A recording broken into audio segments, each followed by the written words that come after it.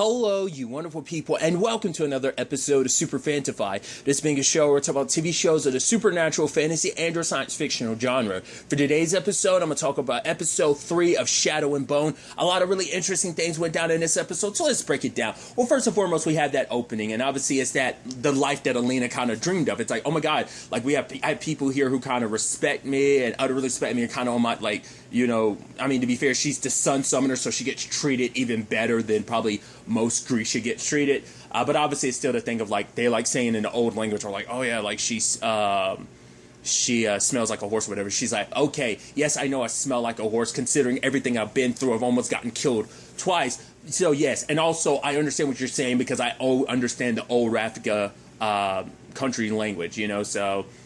But there was also one attendant that showed up. Sorry, I said that weird.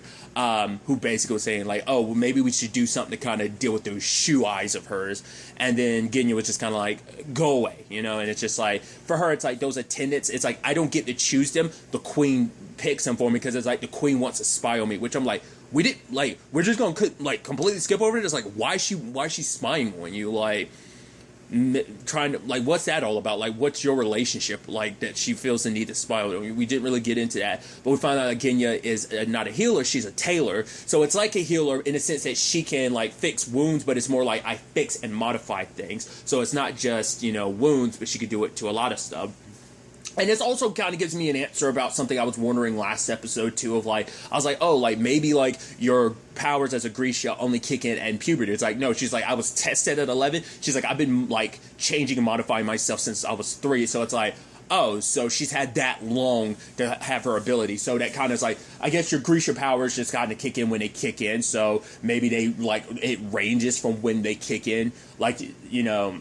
I mean, or maybe that's implying she's saying, like, even before my powers came about, I've been modifying and changing myself. So, like, maybe kind of implying, like, that, even though she hadn't tapped into her abilities yet, there was some part of her that was kind of in tune with her power. So I don't know whether that's what she meant or whether she meant literally she's been using her power since 3. I initially took it as the former, but I'm like, maybe it's the latter of, like, yeah, it's just... maybe it's just kind of meant to be not like meant to be taken so literal in that case. But she's sprucing up Alina, and it's like, oh, I gotta wear this like first uniform, army uniform. I also have to wear a veil because it's like, yeah, no one else is supposed to be able to see your face until the king gets to. And it's like, because obviously it's like, oh, the king wants to meet you, so you're gonna be meeting the king, the queen, the spiritual advisor. Apparently, like the crown prince is going to be there as well. So it's interesting kind of learning that aspect of everything. And it's like, yeah, this is kind of supposed to be your new home and everything. It's meant to make you feel like a new home and everything. Because she's like, oh, shouldn't I just be wearing a kefka? It's like, no, because basically the king wants to kind of feel like, hey, he found you from your humble beginnings and he plucked you out of the first army. Like, it's all for show, and it's like he wants this certain presentation to be like, I found her, like, out of the squalor and pulled her up from the lower ranks of my army. Like, it's meant to make him, bolster him a little bit, I guess. But as she's walking, like, she doesn't even realize, like, Kirigan, like, walks beside her. Because obviously he is like, oh, thinking of escaping. And we learned some interesting things. So this is a little Avatar / Full Metal Alchemist in the sense that, like, they don't, well, in certain regards, because this doesn't apply to everyone in the Full Metal Alchemist. The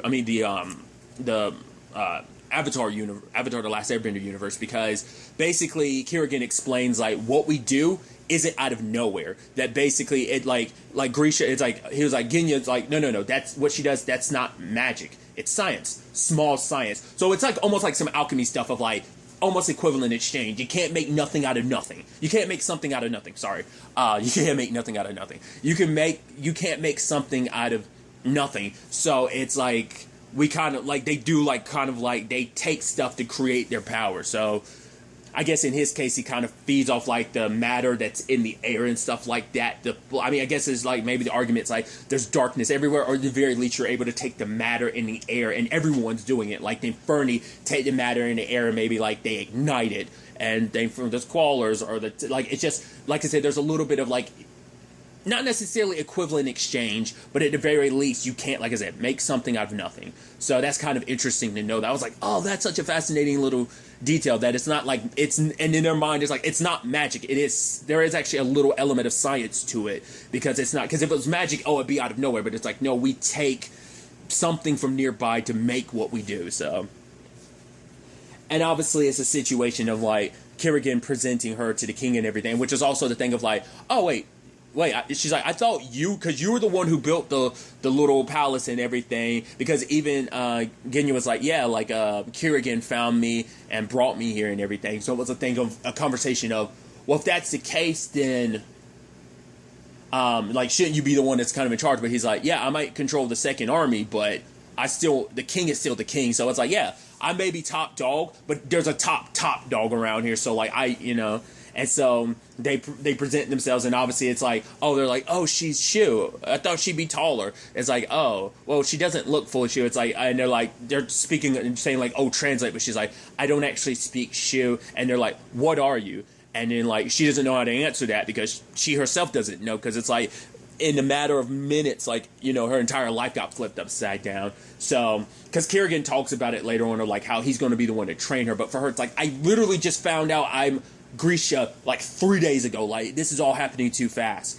But at the end of the day, when it's all said and done, he grabs her, like, he summons the darkness, and he's just like, now summon the sun, and basically grabs her hand, and he's able to kind of help her, like, draw her power out. And obviously after the spectacle, it's like, hey, but like, Kerrigan makes it clear, like, I need to be the one to train, we're going to train her, almost kind of like, until then, she needs to be undisturbed, because I think for him, Kerrigan knows what the king's going to do. He's going to plot her around as like, oh, look at what's in, like, look at my shiny new toy. So for him, it's like, she needs to train if we're going to bring down the fold. It's not just going to be her alone. Like, we need to train her, like, get her ready. And we don't need her to be like some centerpiece for you to be kind of showcasing and putting her on this pedestal, not being able to do what she needs to be able to do. So it seems like there might be some shady angles to the fact that Kerrigan was like, yeah, undisturbed, and the king was kind of looking at him like, you bastard. All right, fine. Because I think for him, it's like he doesn't like being kind of ordered around. He wants to be, I'm the damn king, I can do whatever I want type of thing, but we'll see. And everyone's kind of celebrating her. Everyone's walking up. It's like, oh, wow, she feels so welcome. And then Zoya is like, oh, you smell like a half-breed from the orphanage. Later on, her new buddies kind of explain why that is. I think one of her buddies' name is Maria. It's like, oh, yeah, like, Zoya has a thing for Kerrigan, and Kerrigan's taking an interest in Alina. And it's like, that's why Zoya's such an asshole towards her. But it's also like, Maria's like, I don't know why she's wasting her time with him. It's like, when she could be with me. And I was like, okay, that's interesting. So that's why you're kind of pointing that out, because it's like, yeah. Which is also like, you see how mean-spirited Zoya is? Like, would you really want that in your life? I wouldn't. But nevertheless, obviously, it's time for, like, some training and stuff, and it's more like hand-to-hand combat. Obviously, it's like, you're the sun summoner. Should you really be wasting your time doing, like, hand-to-hand combat? Like, what's that going to really do for you? You need to learn how to control your powers. But I think learning to handle yourself hand-to-hand combat-wise is important, too. Because she probably doesn't always want to go flashing like, oh, I'm the sun summoner. She already has a big enough target on her back. Drawing more attention is not... But I think it's also the thing of probably, like, embracing who you are as a Grisha. Nevertheless, she goes toe-to-toe with Zoya because she learned a little bit about fighting from Mal. But, like, obviously, Zoya's got training because the dude who's running the instructions is like, oh, yeah, I've trained her since she was, like, 10 years old.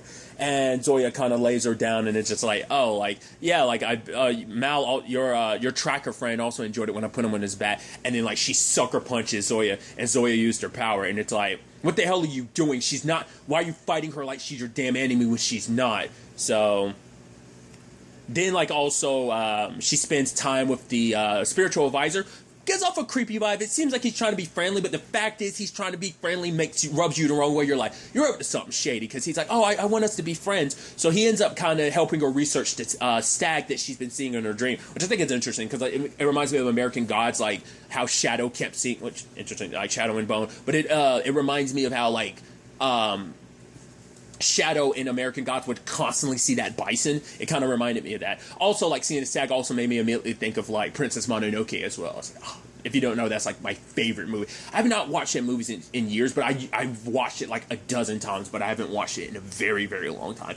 But regardless, it's actually kind of like I haven't seen all the Studio Ghibli films. I've only seen like Howl's Moving Castle, part of Spirited Away, and Princess Mononoke. Initially, I didn't like Howl's Moving Castle, but eventually I was like, no, it's really good. It took my second viewing to be like, it's just because in my mind I was like, oh, this isn't Princess Mononoke. Like, that's why I didn't like, but like, I definitely really like it, but Mononoke is still going to be my favorite. Regardless, tangents and all that, so the stag thing kind of reminded me of that. But we kind of learned more about like one of the first recorded Grisha, the Bonesmith, and she's like, whoa, he's called the Bonesmith? It's like, yeah, he basically made animals or creatures from the bones in his fingers. And it's like, oh, that's an interesting power. So I'm assuming that's like once again, it's like we're learning all these different like Grisha. It's like, oh, like we're going far beyond just like the four main elements of like the Avatar: The Last Airbender.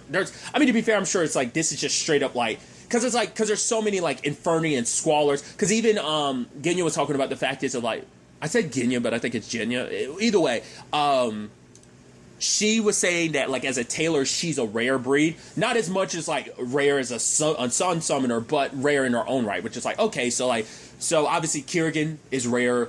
Apparently this Bonesmith, that's super rare. I'm curious, is that going to come back in the story? But we kind of learned that basically his whole thing was about knowing that the Grisha were going to be persecuted for being different. So he wanted to find a means of amplifying their power. So it turns out these creatures, if you kill them, like, and basically insert like their bones inside of you, and the power can only be imbued to the Grisha that actually killed the particular animal. So maybe that's what the stag dreams about, like killing it so that she can amplify her own power to end up taking down the foe. Maybe that's what that's all about. Because she hasn't, like, she wrote about it to Mal in her letters, but she hasn't talked to anyone about it. Like, is that like a sun summoner thing specifically? Like, isn't it just like, is there like why she's having like this vision of the stag and everything? But it also turns out later on we find out that like he's Kerrigan is a human amplifier. That's why her powers work the way it did. But it's like apparently he can kind of do that for anybody. So I don't know whether that's just a natural part of his ability, kind of like she's having these visions as a sun summoner. Maybe that's just a natural part of his power. But I was also wondering, like, could it necessarily translate because like maybe he has the bones inside of him as well, and maybe that's what that's kind of implying. Like rather than just boosting his own power, he's able to kind of boost others as well. Like, maybe he's like a descendant of the bone Smith or something like that. But yeah, we also learned that like the Grisha also go through like specific training. I'm gonna butcher her name. They said it multiple times. Was it Bagra? She's the one that kind of trains the Grisha, and obviously when Alina goes there and is talking to her and telling her who she is and everything, it's like who are you? And it's like, I'm the sun summoner. And it's the thing of like everyone believes her to be one thing, but the problem is she doesn't believe it herself. She can't even draw upon her powers. It's like, come back here when you believe it yourself on who you are. But like for her, it's like she's kind of lost her identity because she's always known her life to be one way, and now it's kind of turned upside down because like for her true north has always been Mal, and not having him is kind of making her kind of like a little falter. It's like, yeah, it was nice and everything here, but then she kind of enjoyed it for a little bit. But even with the whole thing with Zoya, made her realize that this can be just as terrible as this place, even though it's got this like prestige element to it, it can be just as like devastating as like the orphanage and stuff. So, but also at the dinner or whatever, she gets presented a certain meal because it's like, oh, the king wants you to have this because but it's also like, don't get used to it because Kerrigan, the commander, wants us to have like more not like more everyday meals, which kind of makes sense because like for him it's like it kind of reminds me of like a Trails of Cold Steel thing of like, right, like every class 7 got treated at Guerrilla Fortress like, oh, you got the same meals as like everyone else because it's cheaper and faster, takes less supplies and stuff like that, especially when you're at war. It's a whole thing within itself. But the whole point was making like, you're getting this extravagant lunch now, but it's like Kerrigan wants us to eat kind of closer to what anyone else would, just so we don't get like hoity-toity. Like he wants us to kind of be more humble. So I think that's kind of an interesting thing, which obviously we see that not all Grisha like are like that. Which, well, I will go ahead and finish my point. point. But basically that guy is talking about what's happening, and he's basically looking at her like, rather than you sitting here eating, shouldn't you be out here basically training your ass off, because like you're the sun summoner, you're the one that's supposed to bring down the fold. The sooner you do that, like the sooner like the west and the east of Ravka can come together, and we can stop like the wars. We can win the war against like the Fjordans. And it's like, that's the sad thing of like, she's got so many people's expectations, because it's almost like that Superman thing of like, whoa, you're living a normal life? You're a piece of crap living a normal life. Shouldn't you be out here Supermaning all the time? Which Superman and Lois kind of like dives into that, but that's always kind of a thing that people have kind of brought up, that it is kind of messed up. It's like, oh, the world's kind of in danger. Shouldn't you be Superman all the time? Like, you should. It's kind of almost that same mentality to a certain extent. At least that's how I kind of view it. So that was kind of sad and messed up for that to kind of be put on her, because it's like, you know, maybe the argument is because of how important she is, it makes sense, but it is still messed up. Also, I appreciate the fact that she has a taste tester, and he was like, oh my god, she's like, are you being punished for this? He's like, no, this is a great gig. He was like, I was so happy when the previous taste tester died, and he's like about to eat more of her food. He's like, oh, sorry about that. And she's like, thanks. Because it's like to make sure her food isn't poisoned and stuff like that. So there's that. But the point I was going to also make about the Grisha, once again, it's like the first episode, oh, Grisha are assholes. Episode 2, oh, we're a little bit more understanding of the Grisha's circumstances, them being persecuted in the little palace and everything. Now this episode also presents us with Nina, a heart renderer, who also with how that kind of gets applied, I was like, so that's why I'm wondering, like, are those two like Fjorden and Home Dude that were helping out last Fredor and Home Dude, who's kind of yelling at her this episode, like when they were defending last episode, I was like, what is that, telekinesis? Are they heart renderers? Is that what that is? It seems like that's probably that maybe what they were. So it's like, not only can manipulate someone's heart, but it's like, I guess that's also like the battle application of their ability, or maybe that's them do, but like, because she uses it later on, and it seemed like it was kind of a similar thing. So I think that's what I was wondering, if that was kind of like telekinesis or bloodbending. It's like, no, I think that's the more offensive side of the heart renderer, because obviously the heart renderer can be used kind of more in an espionage type of thing of kind of pumping someone for information. But the reason why I bring it up is because the conductor talks about Nina being their means of Kaz and the crew, their means of getting inside the little palace, because she doesn't believe in the whole thing of like the Grisha shouldn't be locked away in the little palace, saying that basically they should have the choice on whether or not they want to serve the crown or not. It should be voluntary, but it's not. It's kind of like you're Grisha, you're going to do this. So it's like she's kind of radical in that sense. So once again, it's like the different spectrums of the Grisha like have been explored more and more with every episode. I just think it's so interesting that each episode are opening like a different avenue when it comes to that. But basically, she gets taken by the Fjorden in this episode, and it's the whole thing of like, she's talking to that particular guy, and it's like, wait, you're the one that like hog-tied me, essentially. And even though she was tied up, she was able to kind of fight her way through, but they still overpowered her, because it's like, right, it was like 5-on-1. And so what their plan is, because it's like, oh, you're going to go back to Fjorden, and you're going to be judged and trial. And it's like, well, how many Grisha are found innocent? And the dude doesn't answer. He's like, exactly, your whole thing is a sham, this trial and everything. You're just going to kill us because we're different. It's like, once again, because they're witches, once again, I don't know whether it's just a thing of like, from their lens, it's like, you're an abomination, you're against the natural order of things, Grisha. So once again, it's so interesting, because in Ravka, like, I'm sure they're not as persecuted in Ravka. I think Ravka's kind of like the safe zone, especially so because they have like the power and everything. But I guess outside of that, like, we don't know if Fjordan's like the only other country. There might be other countries, but like, we don't know if they have like beef with like Grisha, like the Fjordan does. But it's also like, for her, it's Nina's like, don't you like you're supposed to have honor, respect women. It's like, but you're not a woman. You're a Grisha. So it's kind of like, oh, they're seen as less than, so that's kind of, the very sad aspect of this situation. Once again, there's a lot of kind of racism and persecution in this universe, sadly. But it kind of circles back to some, I'll go ahead and bring it up. I thought it was interesting. We learned that basically Ravka, because of the fold, is split between the West and the East, right? But we find out like Ravka's also in a situation where like, is it the West? It's trying to be, it's trying to, I'm confusing remembering which one it was.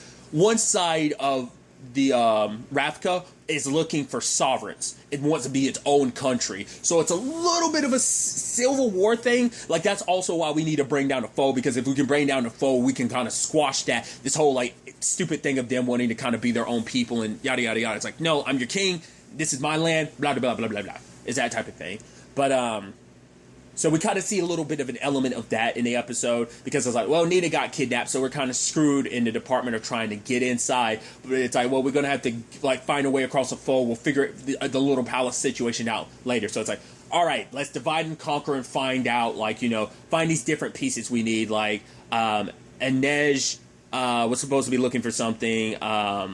You had Kaz getting the goat. Jesper was supposed to get, like, the coal or whatever. And it's like, don't get distracted. I was like, what's that supposed to mean? And it's like, oh, you're the gambler that you are. The moment you heard about the game, it's like, oh, let me get inside. Let me get in on this. Kaz ends up getting the goat, but he ends up seeing the conductor meeting with the dude that's kind of being like, hey, like, screw the other side. We're going to be our own people, yada, yada, yada. You know, they're kind of fighting for their sovereignty, and, like, the conductor's pretty tight with them. So it's like, I guess Kaz seeing, like, okay, so you have your own thing going on here, whether you, like, maybe you're a believer in all of this or something, but it's like, it's a thing of think Kaz is like, I'm going to take note of that, but as long as it doesn't interfere with our job, because that's also the thing of, like, this, the million crew we're getting from this, like, what does it mean for everyone? For Inej, it means freedom. For Jesper, it means a little fun for a few months. And for the conductor, it means retirement. So everyone's getting a little piece of this pie. So it's like, all right. Especially because that, considering everything, it's like that can be split 4 ways. There's still an aspect of, like, right, you got to deal with Pekka.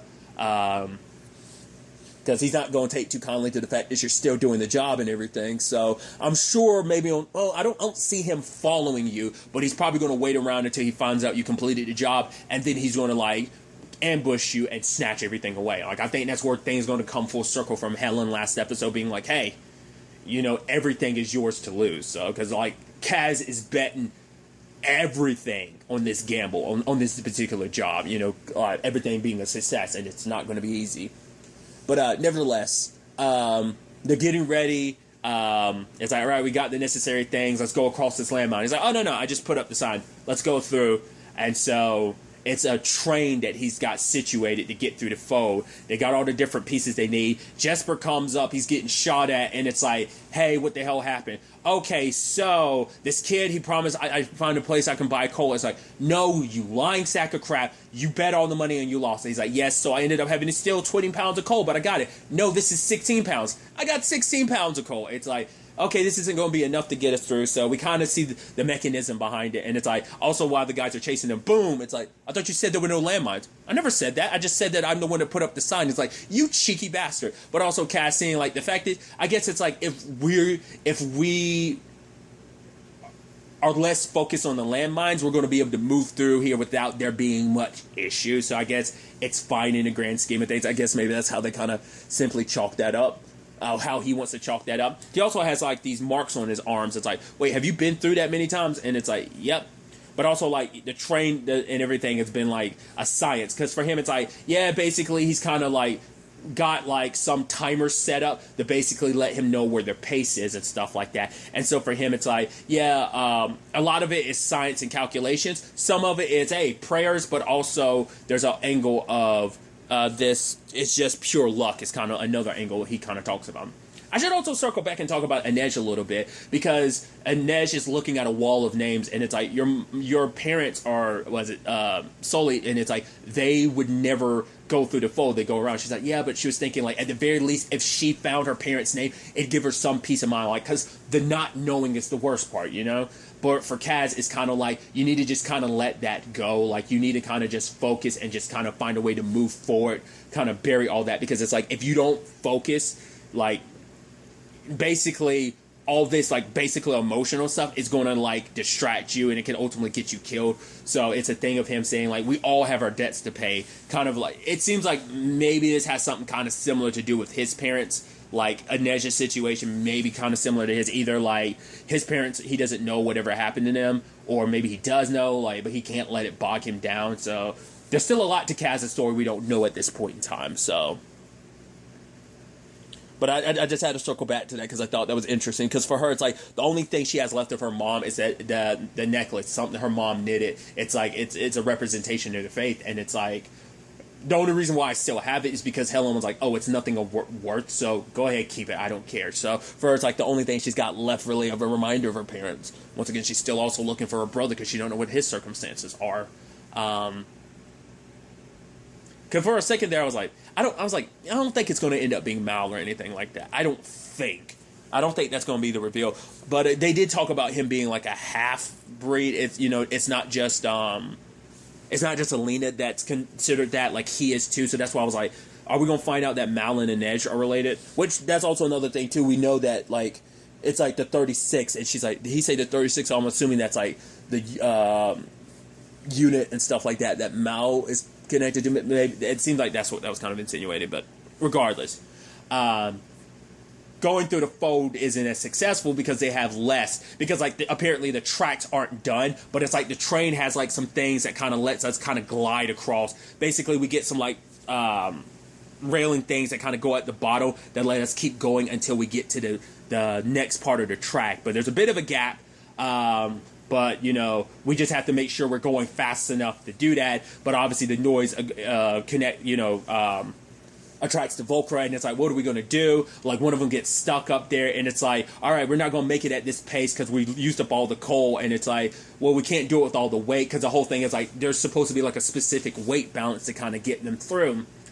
And it's like, all right, Jesper, grab the goat. He's like, no, I'm not going to like basically throw the goat out. It's like, no, it's meant to keep you calm. Grab the goat, hug it, and shut the hell up. And it's like all of those things. And then your boy Jesper goes badass mode. He's holding the goat kind of just like, and bam, gunslinger mode. It's like, you are really good at this. And just like, especially the final one, it's like, because then it's just like, is that the last of them? And they're all gone, and then the last one busts in, and he points the gun up, eyes closed and everything. You're like, whoa, Jasper, because like you see him so joking. Yeah, we know he's got the skills, we've seen it, but this is like his moment to shine of like, oh shit, Jasper, you're badass. And then all of a sudden you see them kind of breach through to the other side, like to the sun. It's like, we made it through the fold, it's all good. So that was sick. Yeah, it's kind of neat seeing that, like I said, we saw his skills before, but to see it fully in action like that showcases how much of a badass Jesper secretly is. And he also gets to keep the goat. I hope he gets to keep the goat around a lot, I hope that becomes like their buddy, their traveling companion under these circumstances. We'll see. Hopefully nothing ends up happening to that goat, because I want that goat to be around just because, the comfort it brings Jesper and everything. But, yeah, a lot of really interesting things revealed in this episode. A lot of stuff happened, so I'm really interested to see ultimately where the next episode takes us going forward with all of this. But really, that's all I want to talk about. So the next time we meet, be happy, be safe, live life to the fullest, and enjoy it. Good day, and goodbye.